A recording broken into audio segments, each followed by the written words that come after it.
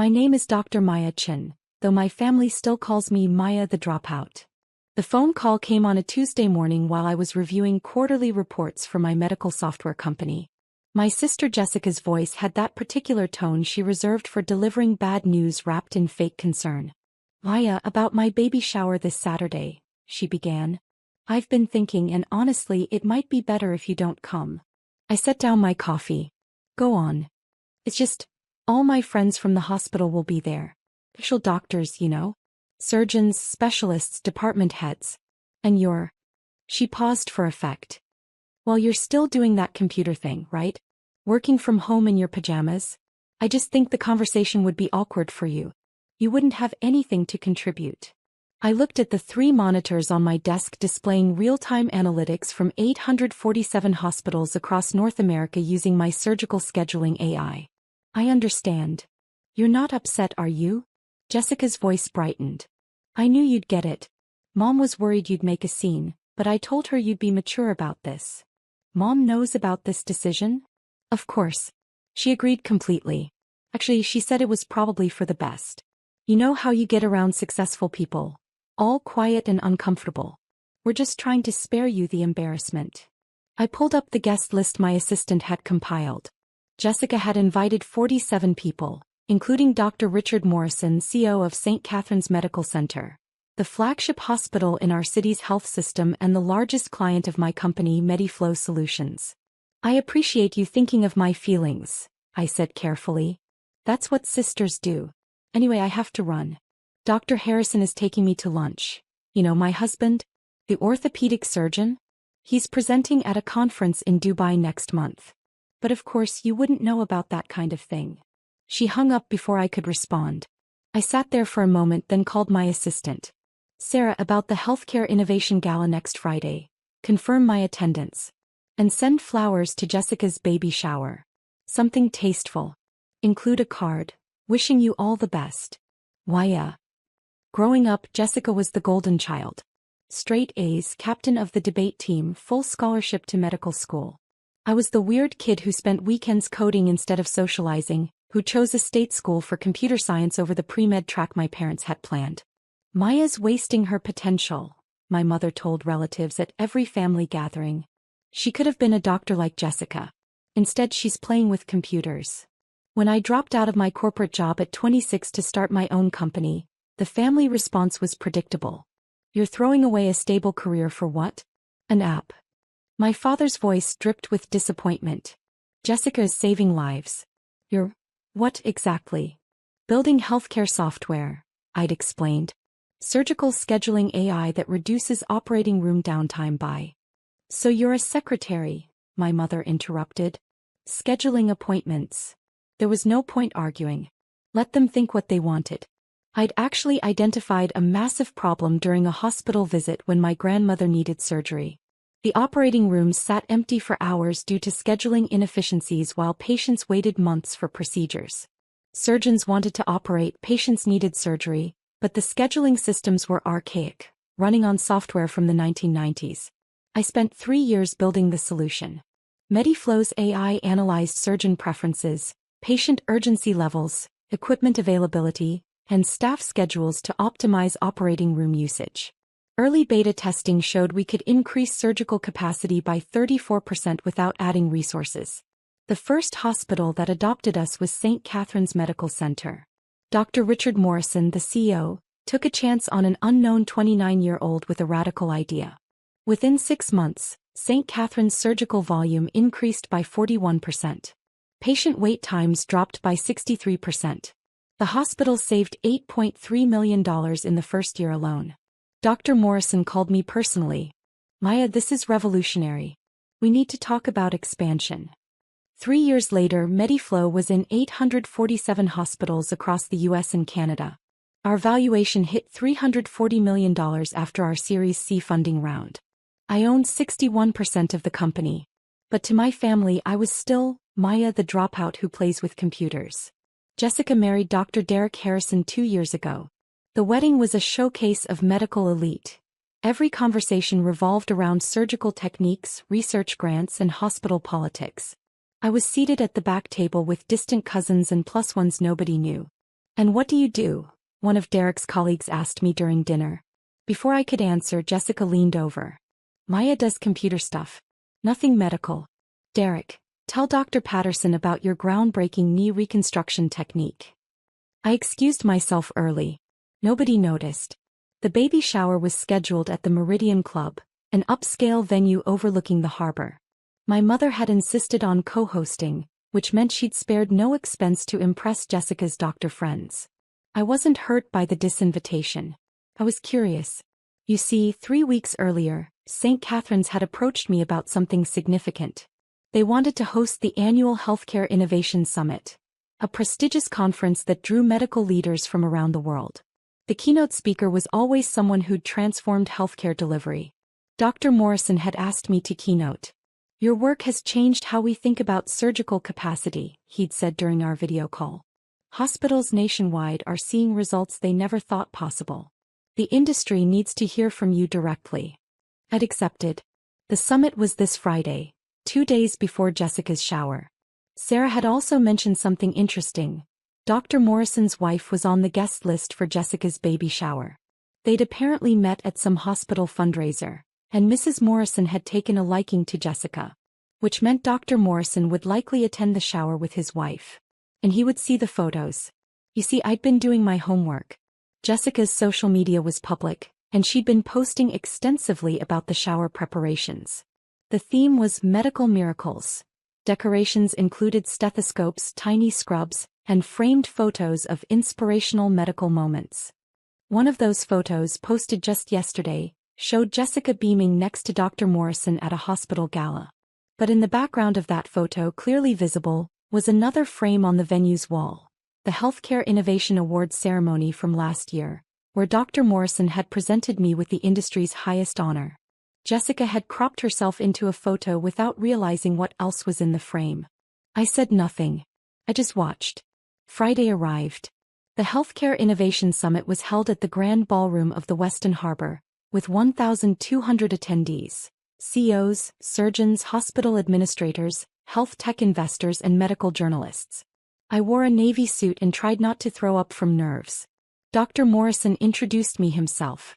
3 years ago, a young entrepreneur walked into my office with an idea that sounded too good to be true. Increase surgical capacity by 1/3 without adding resources? Impossible, I thought. But Maya Chin didn't just promise results, she delivered them.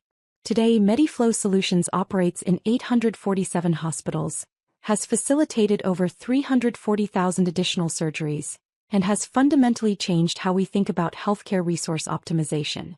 Ladies and gentlemen, please welcome the founder and CEO of MediFlow Solutions, Dr. Maya Chin. The applause was thunderous. I hadn't told my family I'd completed my doctorate.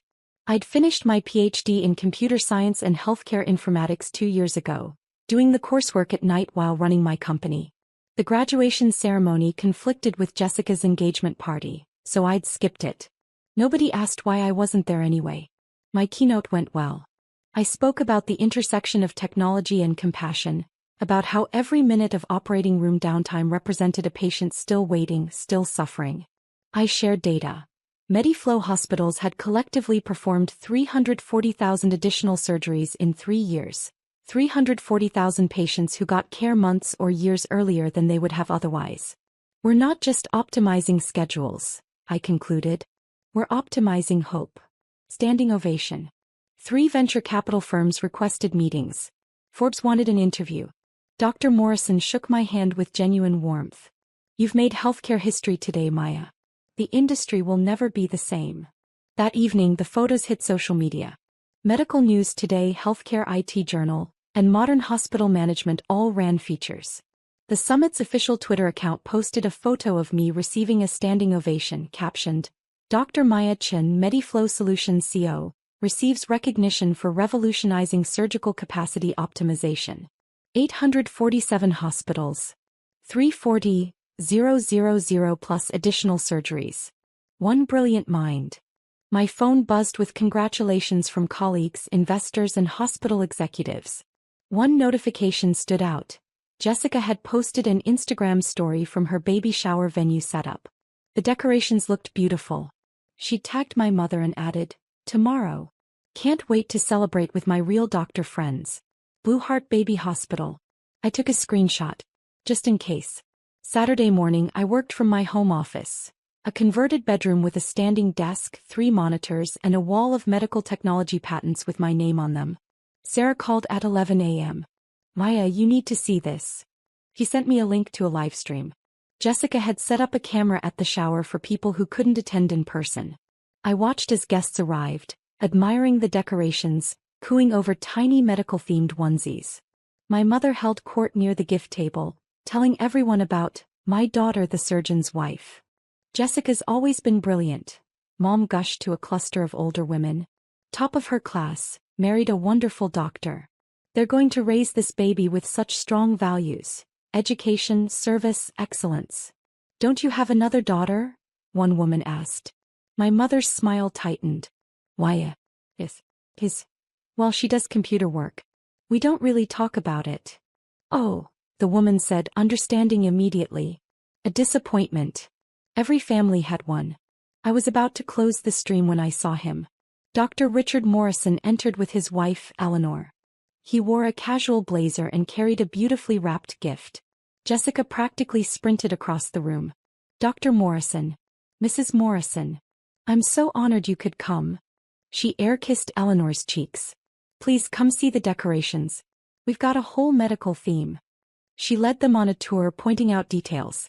And here's our photo wall. Inspirational medical moments. She gestured proudly at the display. Dr. Morrison stopped. His eyes fixed on one particular photo. The one Jessica had posted, the gala picture. But he wasn't looking at Jessica. He was looking at the background. At the framed photo of him presenting me with the Healthcare Innovation Award. Is that? He leaned closer, then pulled out his phone, scrolling. He showed Eleanor something, probably one of yesterday's summit photos. Eleanor's eyes widened. She looked at the photo wall, then at Jessica, then back at her husband. Jessica, Dr. Morrison said carefully, this photo here, the one from the hospital gala. That's a lovely picture, but I'm curious about the frame visible in the background. Is that the Healthcare Innovation Award ceremony? Jessica beamed, missing the tension in his voice. Oh yes. That event was so inspiring. All those amazing medical innovations. Indeed. Dr. Morrison studied her face. Tell me, Jessica, do you know who received that award? The Healthcare Innovation Award is quite prestigious. Only given to individuals who've truly transformed patient care. I'm sure it was well-deserved. Jessica said brightly. There are so many brilliant people in healthcare. There are, he agreed. Your sister, for instance. The room went quiet. Jessica's smile froze. I'm sorry. Your sister. Maya-chan. She received that award. From me. At that ceremony. He pointed at the background photo. In fact, unless I'm very mistaken, that's me presenting her with the award. Which would make this photo rather ironic, given that Maya wasn't invited today. My mother appeared, sensing disaster. Dr. Morrison, I'm sure there's been a... Mrs. Chen. His voice was cool. I'm quite sure there hasn't been a misunderstanding. I presented Maya with the Healthcare Innovation Award last year in front of 1,200 of our industry's leaders. Yesterday she keynoted our summit. This morning, 3 major medical journals are running features about her. And this afternoon, I arrive at a baby shower to discover her own family doesn't know who she is. Jessica's face had gone white. Maya? My sister Maya? But she just does computer stuff. She works from home. She's not. Not what? Eleanor Morrison's voice was ice. Not important. Not successful. Not worthy of acknowledgement. She dropped out of a real job. Jessica's voice rose. She plays with apps. She's not a real. She's a real doctor, Dr. Morrison interrupted. PhD in computer science and healthcare informatics.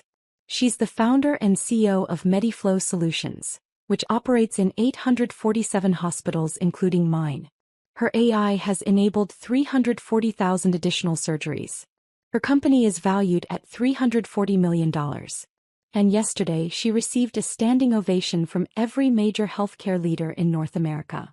The room was dead silent. My mother swayed slightly. That's not possible. Maya doesn't. Dr. Morrison pulled out his phone and held it up, showing yesterday's Forbes tweet. Dr. Maya Chen's MediFlow Solutions revolutionizes surgical scheduling.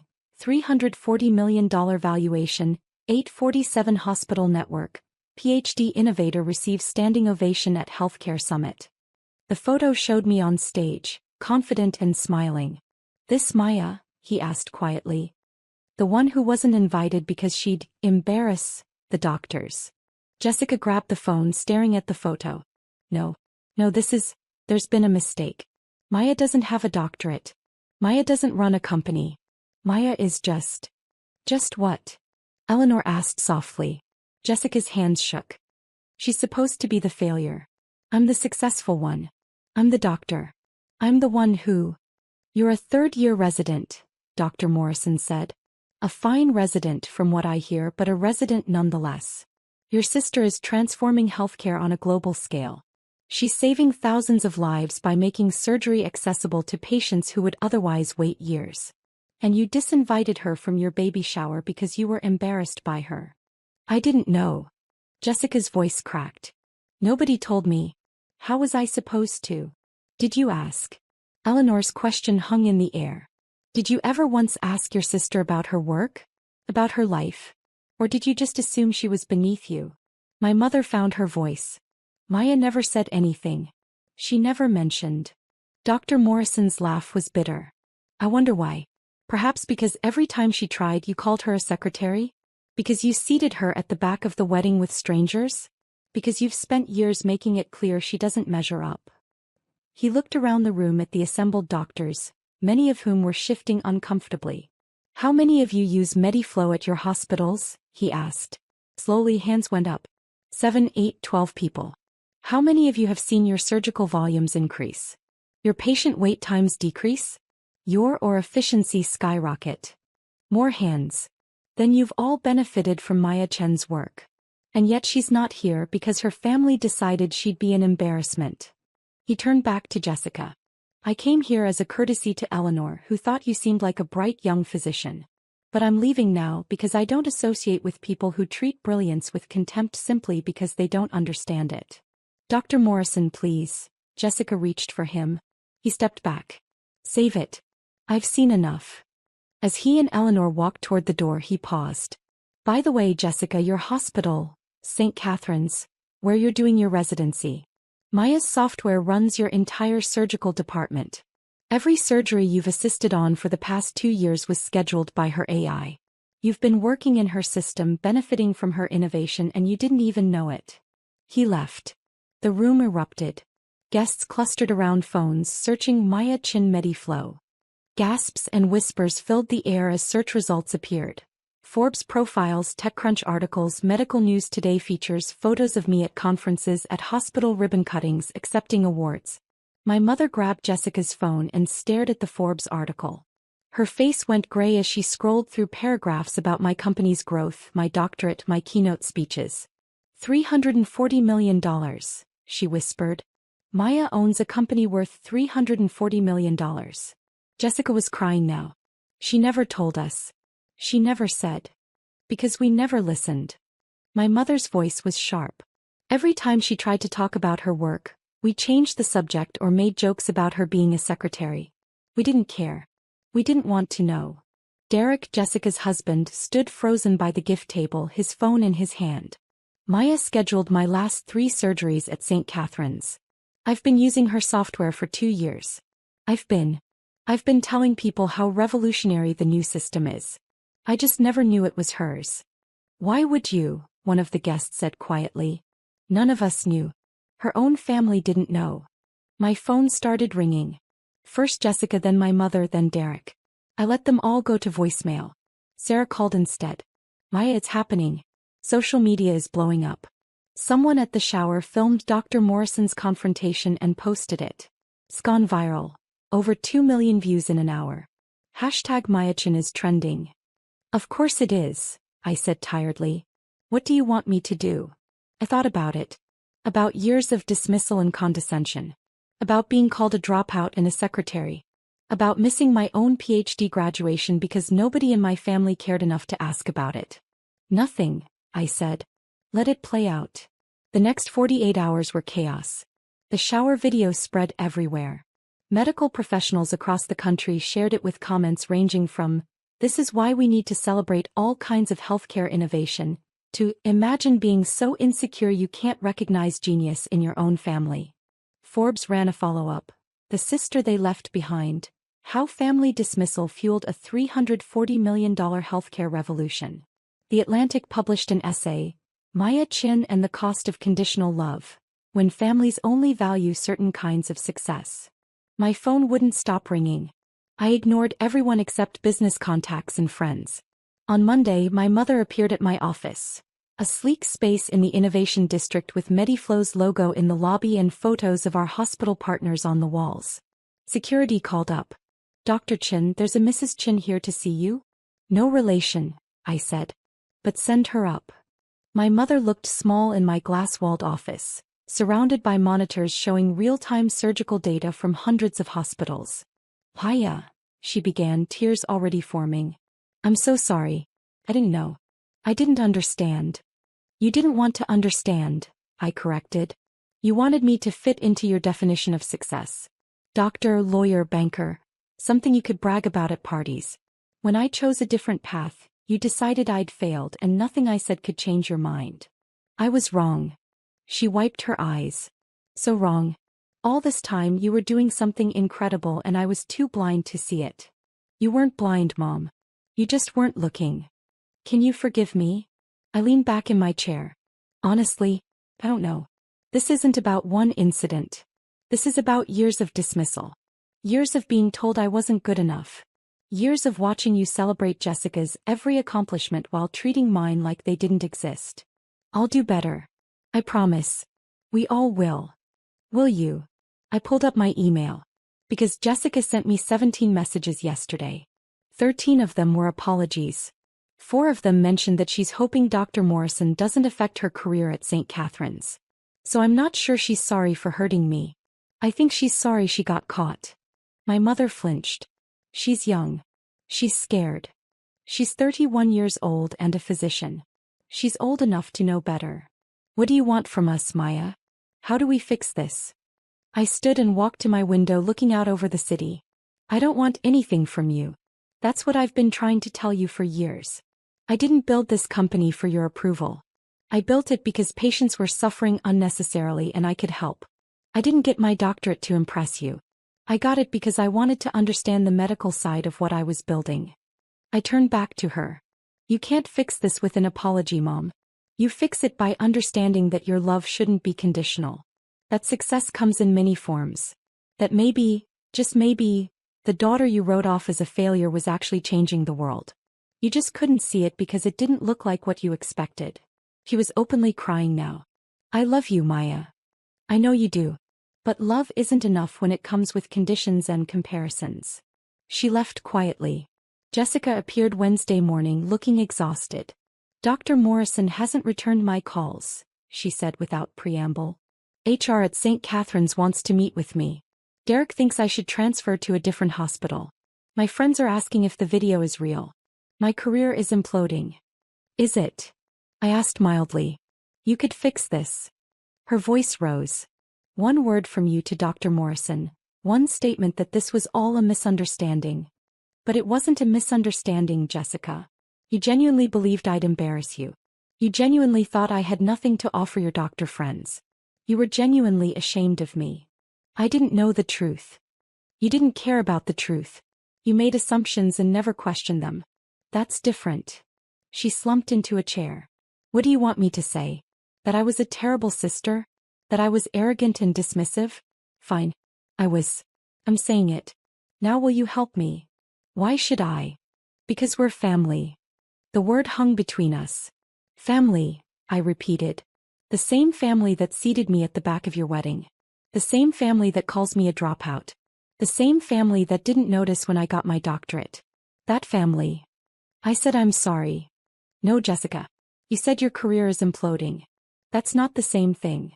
She was quiet for a long moment. When she spoke again, her voice was smaller. "I looked you up. Really looked you up.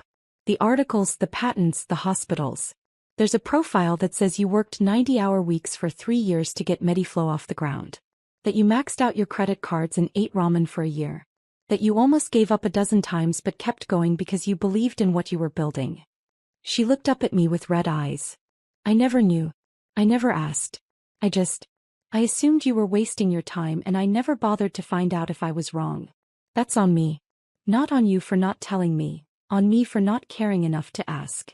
It was the most honest thing she'd ever said to me. I can't fix your relationship with Dr. Morrison, I said quietly. That's yours to repair or not. But I can tell you this. The problem isn't that he knows the truth. The problem is how you treated me when you thought I was nobody. That's what he can't overlook. That's what I can't overlook. So that's it. We just stop being sisters. We haven't really been sisters for a long time, Jessica.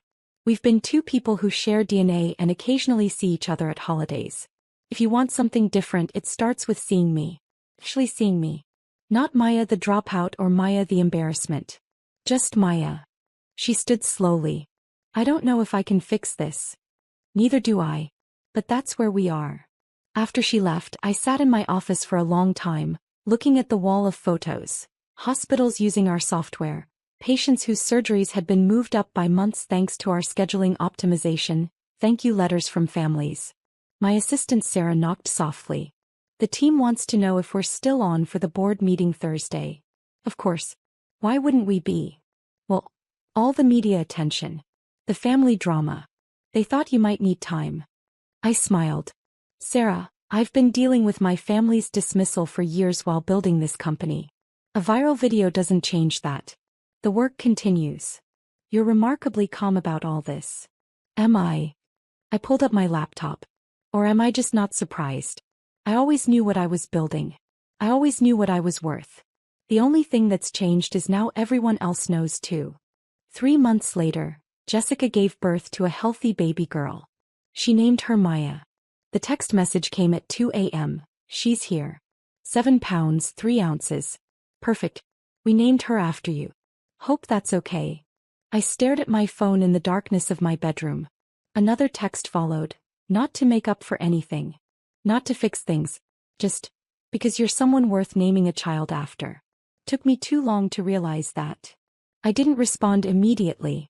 Instead, I got up and went to my home office, where framed on the wall was the Forbes cover from last month. 40 under 40. The Innovators Reshaping Healthcare. My photo smiling in front of a wall of surgical data. The article inside had a quote from Dr. Morrison. Maya Chin didn't just build a company. He built a legacy. Every patient who gets surgery months earlier than they would have otherwise. That's her legacy. Every hospital that can serve more people with the same resources. That's her legacy. She changed healthcare because she refused to accept that the status quo was good enough. I thought about the baby girl sleeping in a hospital nursery, named after an aunt she might never know. I thought about Jessica holding her daughter, maybe finally understanding what it means to love someone unconditionally, without requiring them to fit a predetermined mold. I thought about my mother who'd started therapy and sent me 1 text a week. Nothing heavy. Just, thinking of you. Proud of you. Love you. No expectations. Just, presence. I picked up my phone and typed, congratulations. She's lucky to have you as her mother. Give her my love. Then, I'll visit when you're ready. It wasn't forgiveness. Not yet. But it was a door left open. Sometimes that's enough. 6 months later, I was back at the Healthcare Innovation Summit, this time as a keynote panelist discussing the future of medical AI. In the audience, in the 3rd row, sat my mother and Jessica holding baby Maya. We'd had dinner the night before, awkward, careful but real. Jessica had brought photos of the baby.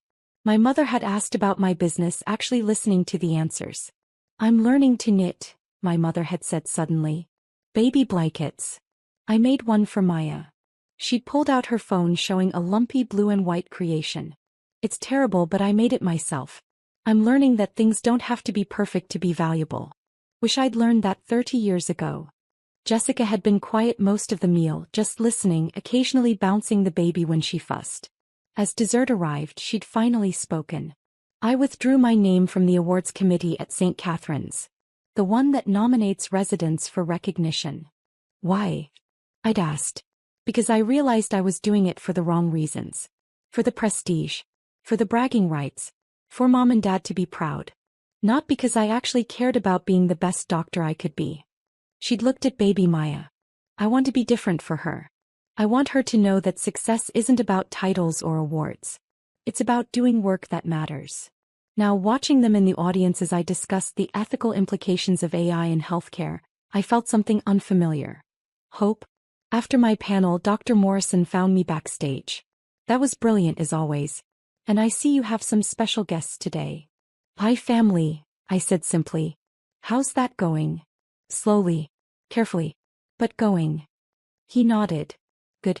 Everyone deserves a second chance. Even people who didn't appreciate what they had. Even Jessica? She's still a resident at St. Catherine's. Even Jessica. She's actually become one of our more thoughtful residents. Spends extra time with patients, questions established protocols respectfully, advocates for efficiency improvements. It's like she finally understood that being a good doctor isn't about status, it's about service. He paused.